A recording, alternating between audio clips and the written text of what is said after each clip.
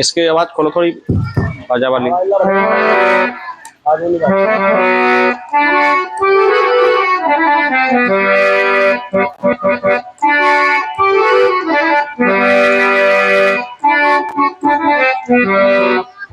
Hello hello, वापसी नहीं आ रही आवाज इसकी।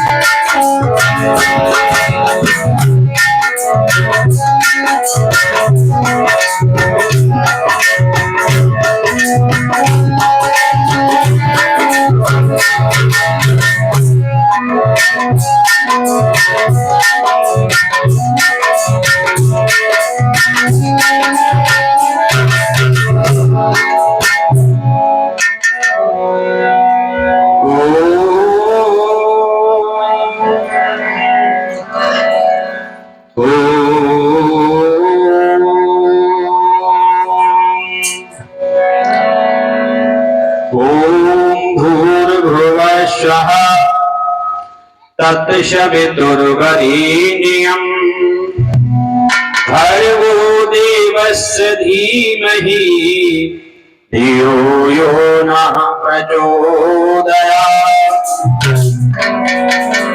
ॐ विश्वानि देव सवितरदुरितानि पराशुभ यद्भद्रं तन्नयाशुभ। हे आनंद स्वरूप प्राण प्रिय परम पवित्र विधाता हो, सकल जगत रचने वाले सर्वज्ञ ज्ञान के दाता हो। हम आपके पाप ताप नाशक विज्ञान स्वरूप का ध्यान धरे। मेरी बुद्धि को प्रभु प्रेरित यूं करो, ना कभी कुमारक पर विचरे। रक्षपाल देव पर सदा आपकी दया दृष्टि प्रभु बनी रहे। त्रैतापों से मुक्त रहे, न कभी क्लेश कष्टों को सहे, न कभी क्लेश कष्टों को सहे।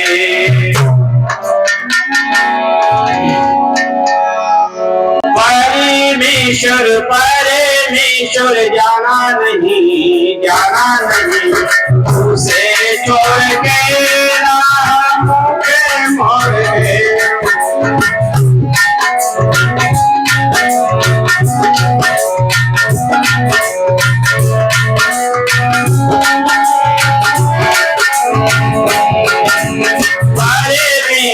परमेश्वर जाना नहीं उसे छोड़ के राम के मोड़ गए। परमेश्वर दाता तू ही प्रीतमाता। परमेश्वर जाना नहीं उसे छोड़ के राम के मोड़ गए।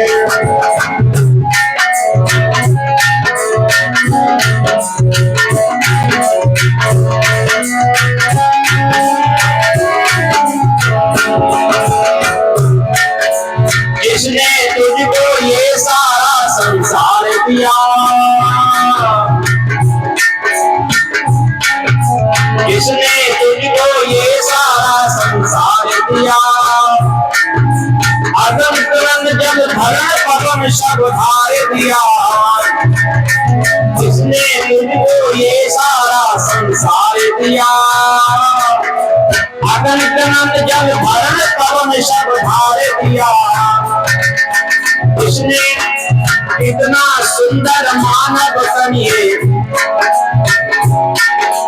किसने तुझको ये सारा संसार दिया। मानव का तन देख कितना उपकार किया। अगणित अनंत जल भरण पवन सब ढार दिया। लेकिन तूने कभी न मुझसे प्यार किया, लेकिन तूने कभी न मुझसे प्यार किया। उसी के बिसारा आया ये जमाना, करे में सुर जाना नहीं, जाना नहीं। उसे छोड़ के रहा मोड़ के, करे में सुर जाना नहीं, जाना नहीं। उसे छोड़ के रहा मोड़ के।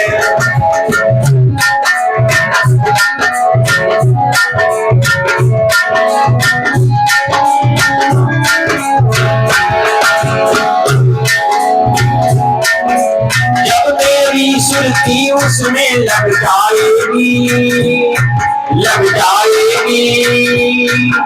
कोई वासना पास तेरे आएगी। जब तेरी सुरती उसमें लग जाएगी, कोई वासना पास तेरे आएगी। फिर तेरी बुद्धि प्रबल हो जाएगी, फिर तेरी बुद्धि प्रबल हो जाएगी। आशा तृष्णा आप दूर हो जाएगी, आशा तृष्णा आप दूर हो जाएगी।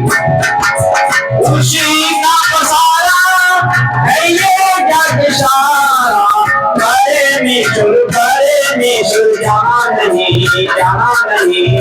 उसे छोड़ के रहा मोड़ के, करे में सुर जाना नहीं, जाना नहीं। उसे छोड़ के रहा मोड़ के।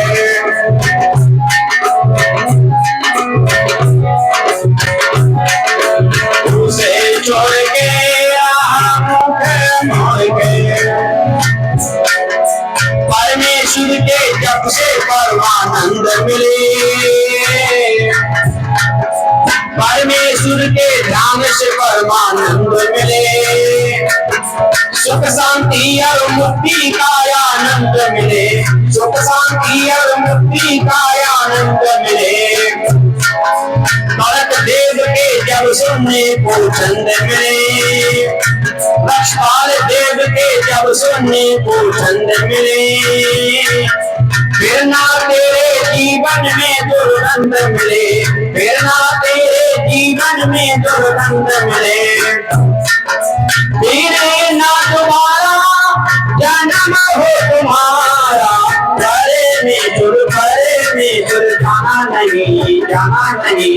उसे छोड़ के रहा मोड़ के, करे में जुड़ जाना नहीं, जाना नहीं। उसे छोड़ के रहा मोड़ के, करे में जुड़ जाना नहीं, जाना नहीं, जाना नहीं। उसे छोड़ के रहा। चाहे कुछ भी सही, यदि हमें सत्य सत्य को समझना है, ईश्वर जी प्रकृति को समझना है, यहां तक कह दिया है जो सामाजिक किताबी ज्ञान है, जो व्यवसायिक ज्ञान है, हालांकि उसका भी सत्संग में ज्ञान होता है विधिवत, कि हम कैसे व्यापार को करें। व्यापार से भी उत्थान पतन है, राजनीति से भी उत्थान पतन है, धार्मिक क्षेत्र में काम करने पर भी धार्मिक क्षेत्र में भी उत्थान पतन है। यदि हम धार्मिक कार्य कर रहे हैं लेकिन हमको धर्म का बोध ही नहीं है, धर्म है क्या वास्तविक। हम ईश्वर की बात तो कर रहे हैं मत पंथों गुरु में गुरुवादी बन करके, बहुत सारे हमारे आगे पीछे भी लोग चलने लग जाते हैं। यदि हमने उन लोगों को सत्य का आभास नहीं करा पाया। यदि हमने ईश्वर की बात कहकर ईश्वर का, सच्चे ईश्वर का बोध नहीं करा पाया और ये हजारों लाखों की भीड़ हमारे पीछे चले, हमने असत्य को सत्य कह दिया और हमने सत्य मान लिया, अगर उनका जीवन सत्य से अपरिचित रहता है, सत्य से खाली रहता है, उसका जिम्मेदार कौन? हम जिम्मेदार हैं। उसका पाप किसको लगेगा? उस गुरु को ही लगेगा और उस गुरु को भी जाना पड़ेगा नरक में। इसलिए इन सब चीजों की जानकारी देने के लिए क्या है, इसका माध्यम क्या है? अगर हम इनको जानते हैं, इनको सही विधिवत जनाने वाला अगर कोई है तो वो है सत्संग। क्या है? सत्संग। सत्संग के द्वारा ही जो हमको ज्ञान नहीं होता उस वस्तुओं का भी ज्ञान होता है। वह अलग बात है कि सत्संग देने वाला हमें सत्संगी मिला कि नहीं, उसको सत्संग हुआ कि नहीं हुआ, उसने सत्य को ग्रहण किया कि नहीं किया। यदि व्यापार क्रम में हमें सत्य का संग सुना रहा है और उसने सत्य पाया नहीं, असत्य को ही सत्य बता रहा है, तो हमें सत्संग नहीं प्राप्त हो सकता। यदि जिस महापुरुष ने सत्य को स्वयं भी जान लिया हो और फिर वो जान करके जना रहा है, तो समझिए सत्संग हमें प्राप्त हो जाएगा। सत्संग का अर्थ ही क्या है? सत्य का संग, सत्य को ग्रहण हो जाना और असत्य का त्याग हो जाना, बस यही सत्संग है। यदि हमने सत्य को जाना नहीं, सत्य आचरण हमारे नहीं उतरा और हम कितनी भी चर्चाएं सुनते रहे सत्य के लिए, तो वो सत्संग नहीं है। सत्संग वही है जो हमारे जीवन में उतरे, हमारे आचरण उतरे। और फिर सत्संग कहां ले जाता है? सत्संगी व्यक्ति को दुख नहीं होना चाहिए, सत्संगी को कष्ट नहीं होना चाहिए, सत्संगी को परमानंद की प्राप्ति होती है, सत्संगी को परम सुख की प्राप्ति होती है, सत्संगी को ब्रह्म ज्ञान की प्राप्ति हो जाती है, जो कहीं किताबों में भी नहीं लिखा होता। इसलिए हमें सत्संगी बनना चाहिए। आप तो देखें सत्संग की महिमा क्या है। आप ऋषि ब्रजानंद की तरफ चले, स्वामी दयानंद के शिष्य थे, वे गुरु थे।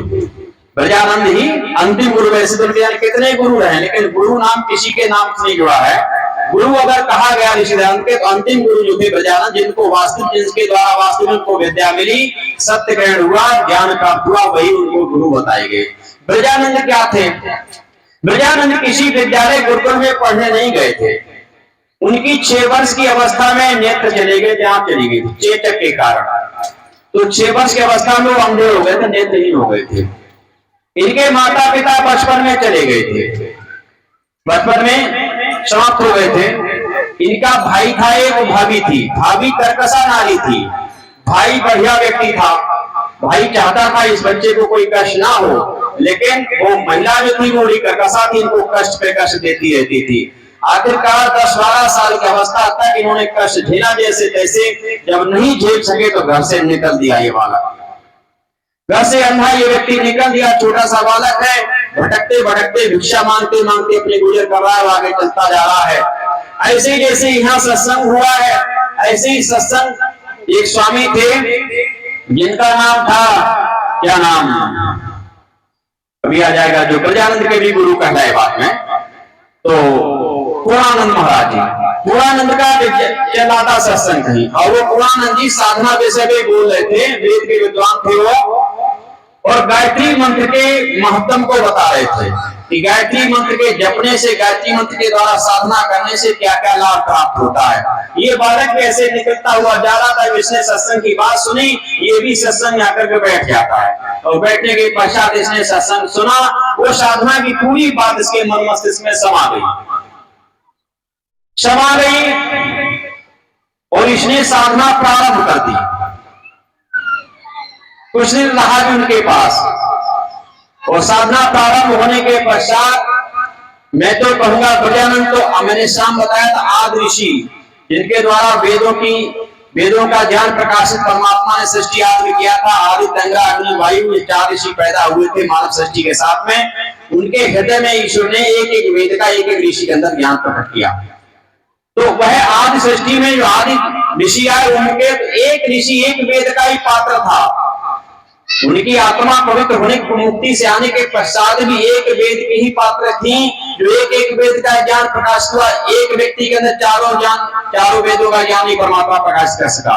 लेकिन बारे प्रजाजन, कितनी तुमने पवित्रता को पाया होगा, कितने ईश्वर के भक्तों की पात्रता में तुम आए होगे, जो परमपिता परमात्मा एक अंधे बच्चे के अंदर, अनपढ़ व्यक्ति के अंदर चारों वेदों का ज्ञान प्रकाशित किया।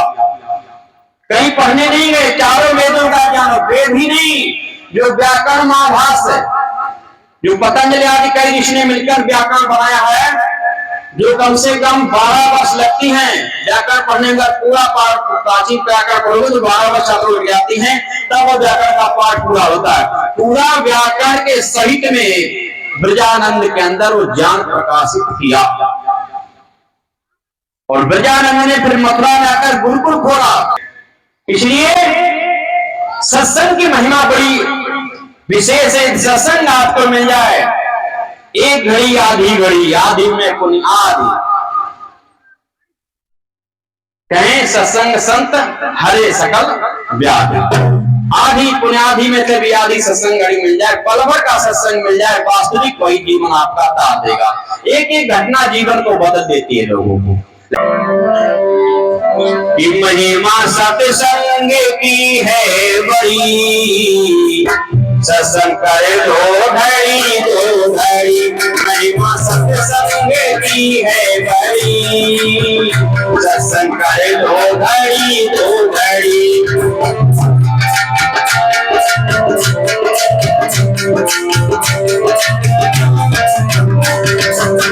महिमा सत्संग की है बड़ी, सत्संग करे दो घड़ी। बिना सत्संग मरे लंबिका, बिना सत्संग मरे लंबिका, सत्संग की एक घड़ी है बड़ी, सत्संग कर लो घड़ी। महिमा सत्संग की है बड़ी, सत्संग कर लो घड़ी। महिमा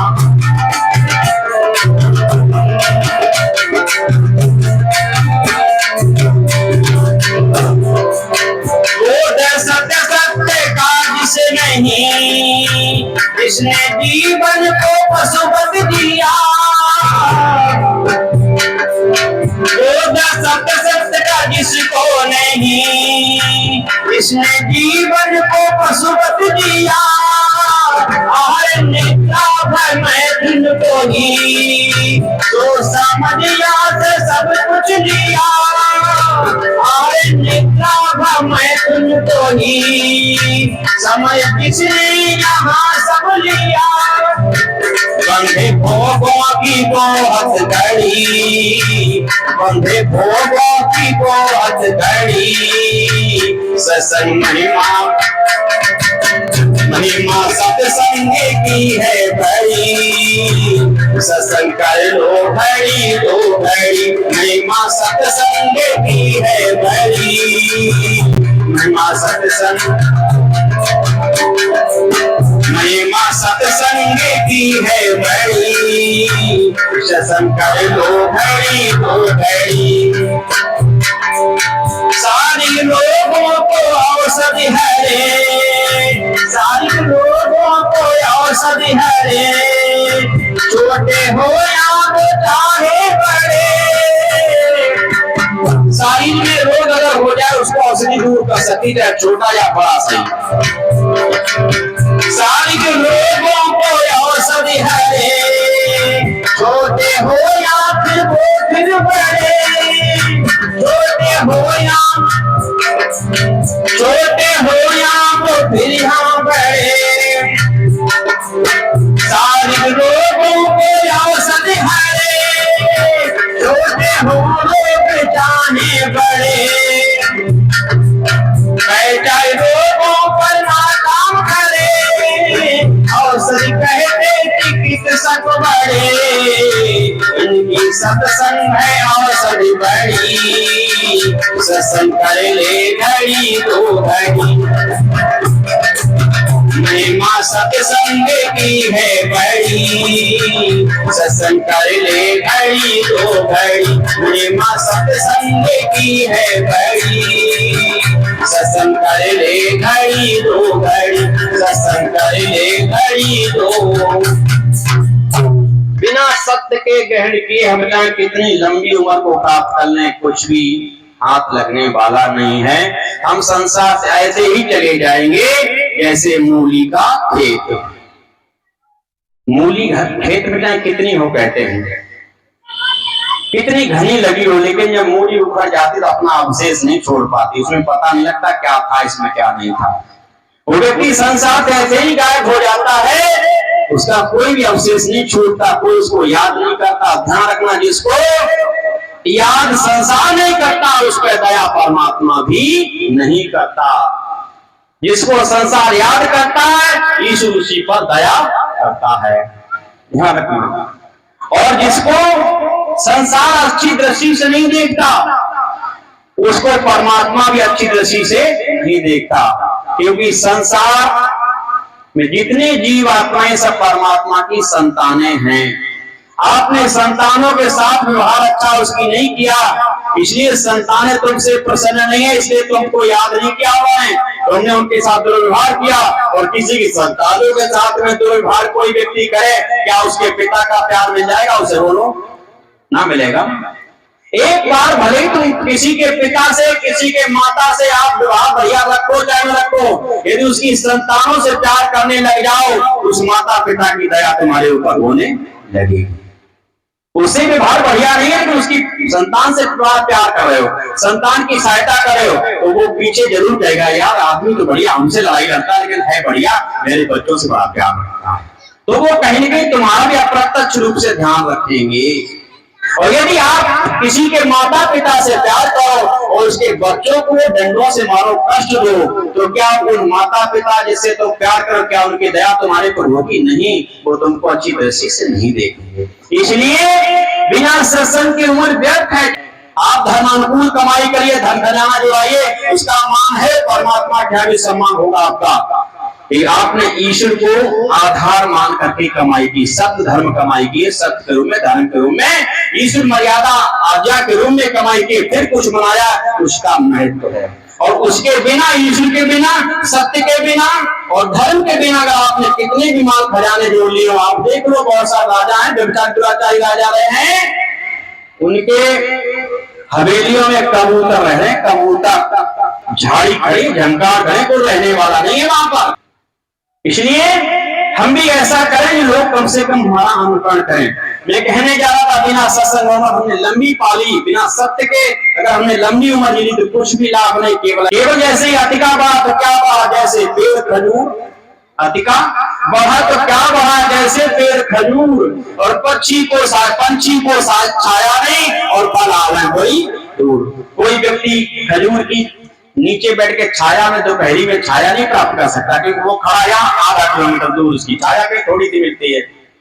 पेड़ यहाँ है, छाया आधा किलोमीटर दूर, तो उसकी छाया बेकार, किसी काम नहीं आती, और उसका फल भी किसी की हिम्मत नहीं, चल जाए तब तोड़ ले जाकर के फल। क्या है, लंबा होने से क्या लाभ हुआ? अरे उससे तो बढ़िया छोटा आम ही सही, छोटा सा आम व्यक्ति कम से कम बैठ के छाया को प्राप्त कर लेगा, और चाहेगा तो हाथ से फल भी तोड़ लेगा, उससे भूख मिटा लेगा, आनंद भी प्राप्त कर लेगा, वही तो अच्छा है। क्या लंबा, ऐसे लंबे होने से क्या फायदा है? इसलिए बोध सत्य सत्य का जिसको नहीं, जिसने जीवन को पशुवत जिया। मैं कहने जा रहा था कि महिमा सत्संग की है बड़ी, सत्संग कर लो घड़ी दो घड़ी, महिमा सत्संग की है बड़ी, सत्संग कर लो घड़ी दो घड़ी।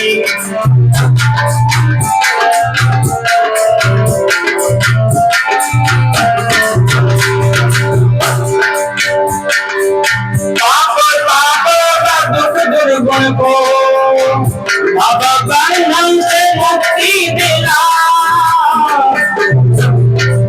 पाप ताप दुख दुर्गुण व्यसन भवबंधन से मुक्ति दिला,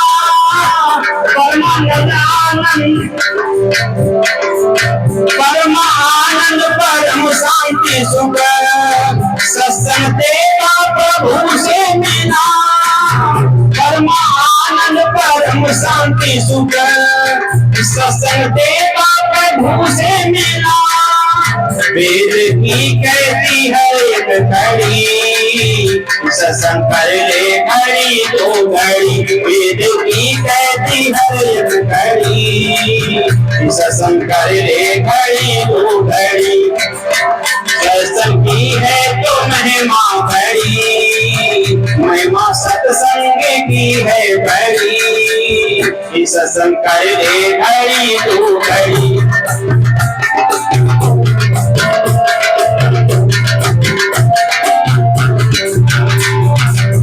पवित्र करता प्रेरक सद्गुरु सत्संग औषधि महान। पवित्र करता प्रेरक सद्गुरु सत्संग औषधि महान है। सत्य विद्या सदाचार भारत आदर्श जीवन का आधार है। सत्य विद्या सदाचार भारत आदर्श जीवन का आधार है। लगाते का सुखों की घड़ी सत्संग महिमा है सबसे बड़ी। सत्संग कर लो घड़ी दो घड़ी सत्संग महिमा बड़ी है बड़ी। महिमा सत्संग की है बड़ी। सत्संग कर लो घड़ी दो घड़ी।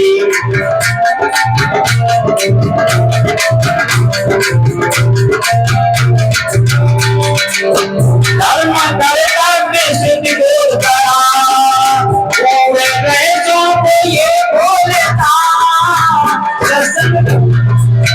धर्म कर्तव्य सिद्ध बोध करा पूरे देशों को ये बोलता। रानी माँ के हित में सदा सत्संग अमृत है रस घोलता। रानी माँ के हित में सदा सत्संग अमृत का रस घोलता।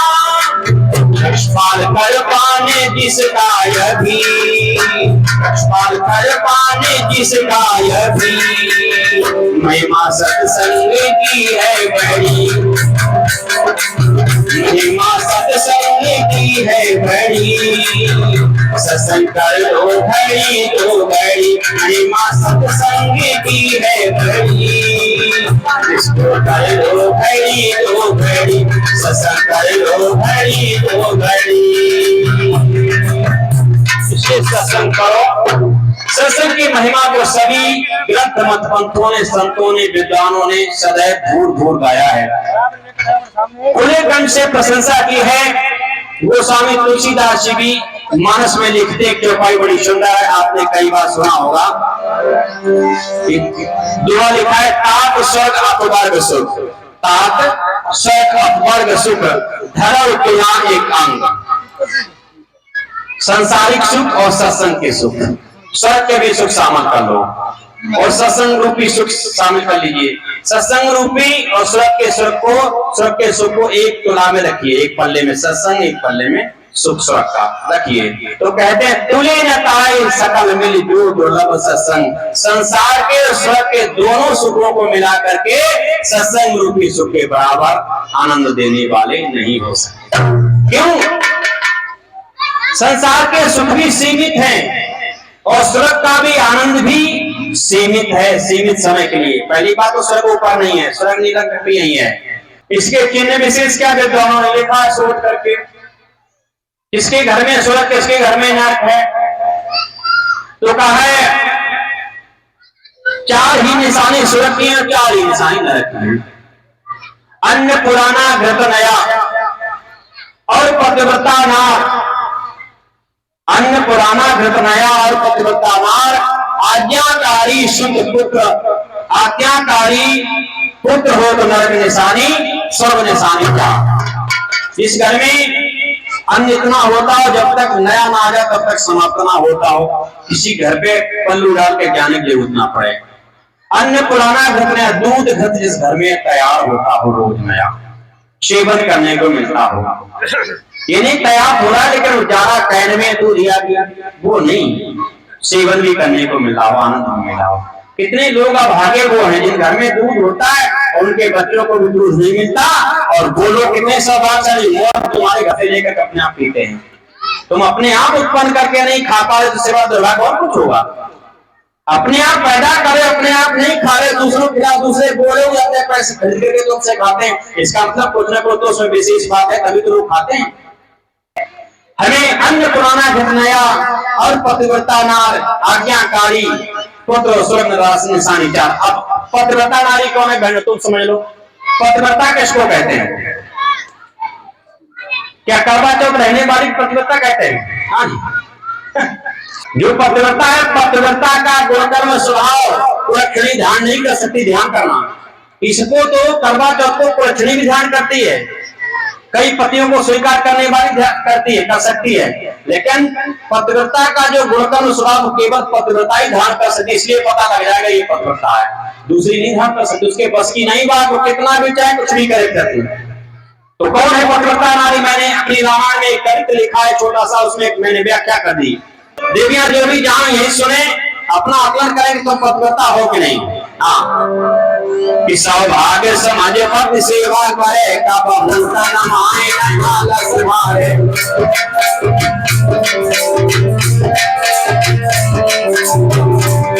सौभाग्य समाज पद सेवा करे का बहुता नमाए नमालस धारे। कोई काम करे नया जाते बिना दुर्वचन दूध से ही विसारे।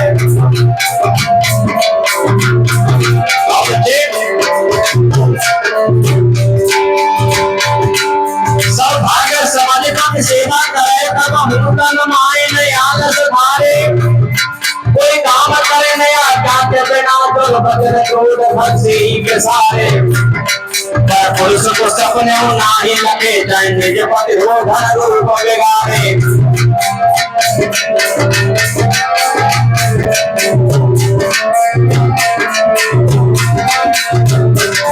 पर पुरुष को सपने नाही लगे चाहे निज पति हो धन रूप बिगाड़े। रक्षपाल देव पद बसा वही जो विचार पति प्रतिकूल विचारे। रक्षपाल देव पद बसा वही जो विचार पति प्रतिकूल विचारे।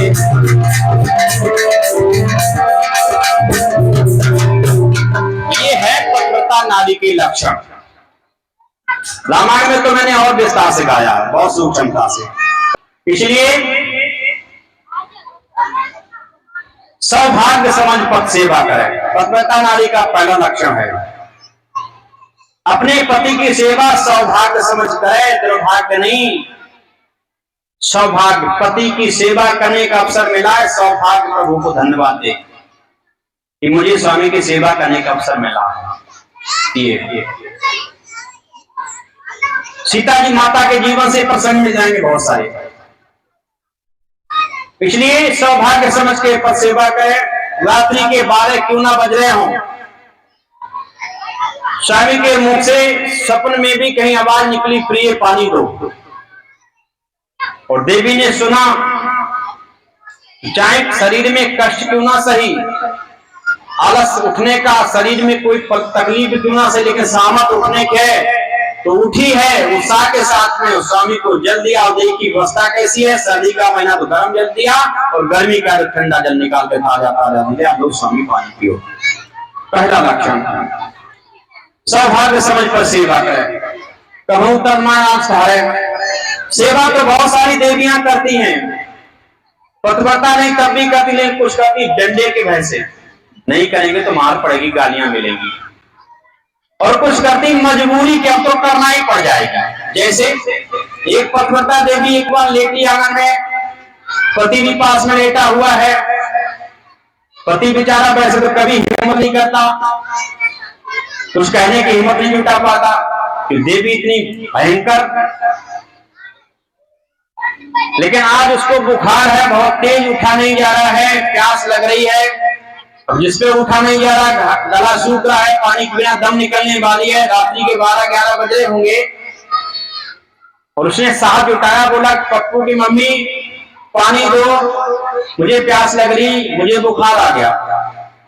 अब पप्पू की मम्मी जाग तो रही थी, लेकिन उठना नहीं चाह रही थी। कर्कशा है, दुष्ट है, इसलिए पास में छोटा सा बालक लेता है गोद में।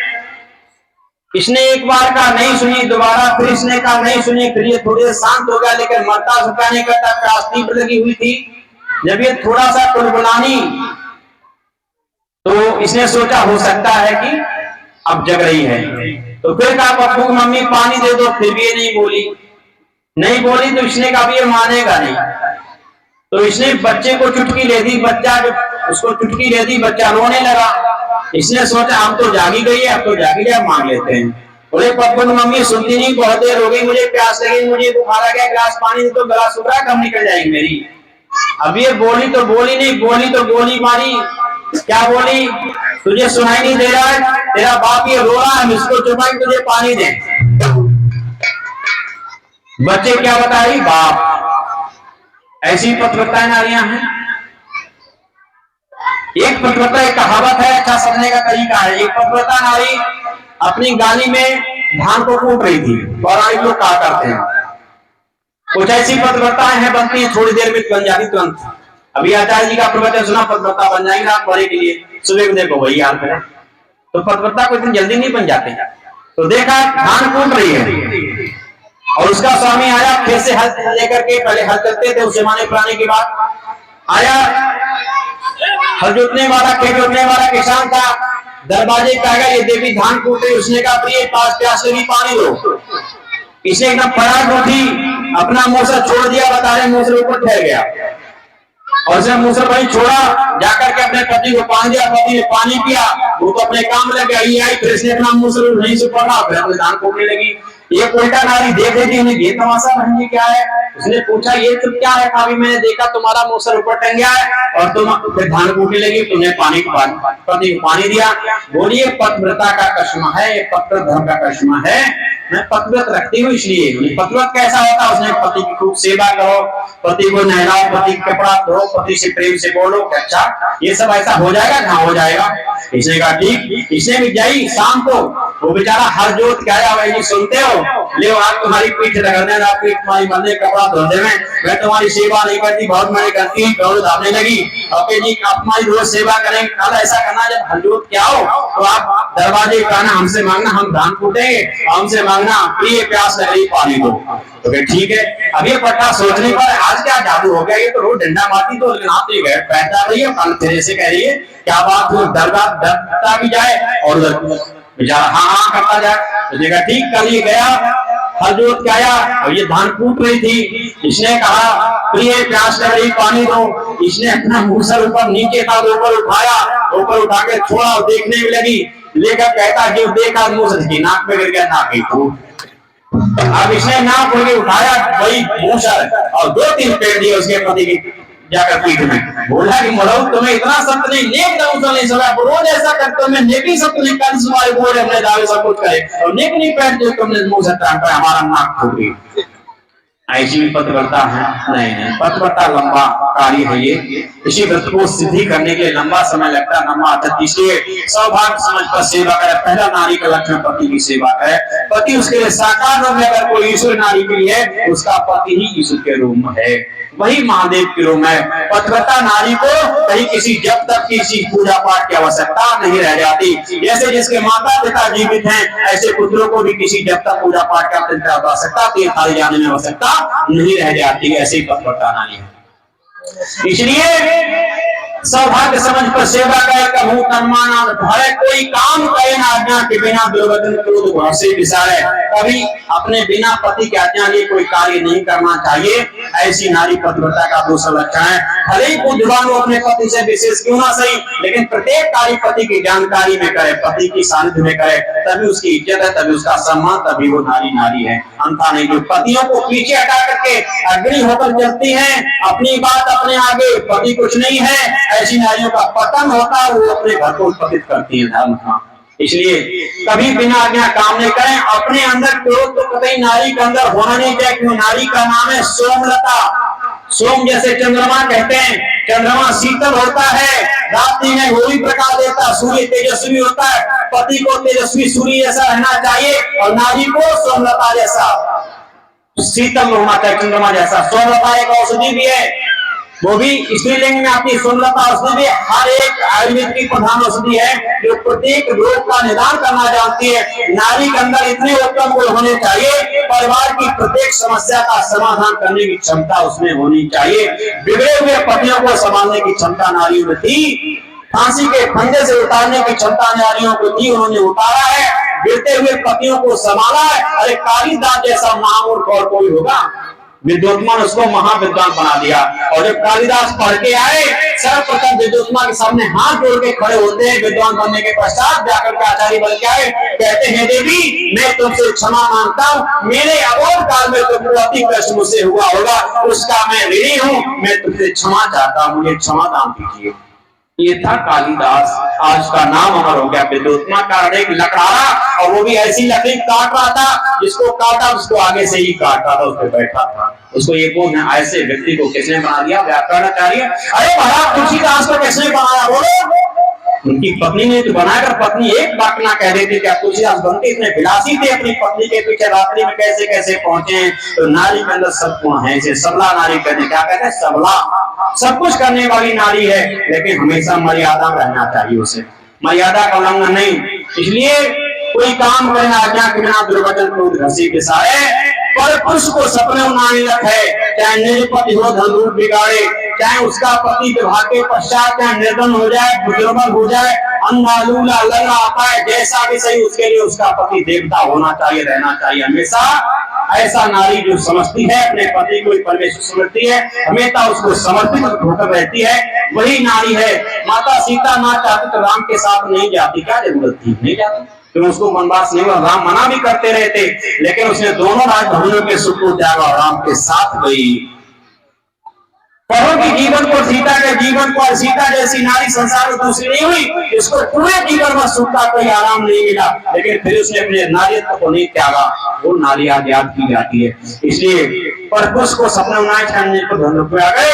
रसपाल देव पतिव्रता वही विचार न पति प्रतिकूल विचारे, कभी अपने पति के खिलाफ विचार भी नहीं विचारने चाहिए, वो नारी पतिव्रता है। सपने में भी अपने पति के विपरीत विचार उसके अंदर नहीं उठने चाहिए, वो नारी पतिव्रता है।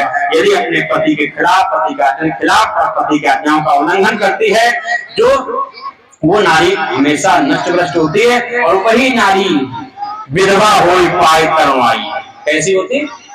तरवाई अवस्था में, जवान अवस्था में विधवा अवस्था को प्राप्त करती है, जन्म जन्म करती है, एक जन्म नहीं जन्म जन्म करती है। वे जन्म पतियों का दुरुपयोग करती हैं, अन्य पर संपर्क करते हैं, वो कई जन्मों तक अच्छे पति का मुख देखने को नहीं मिलता।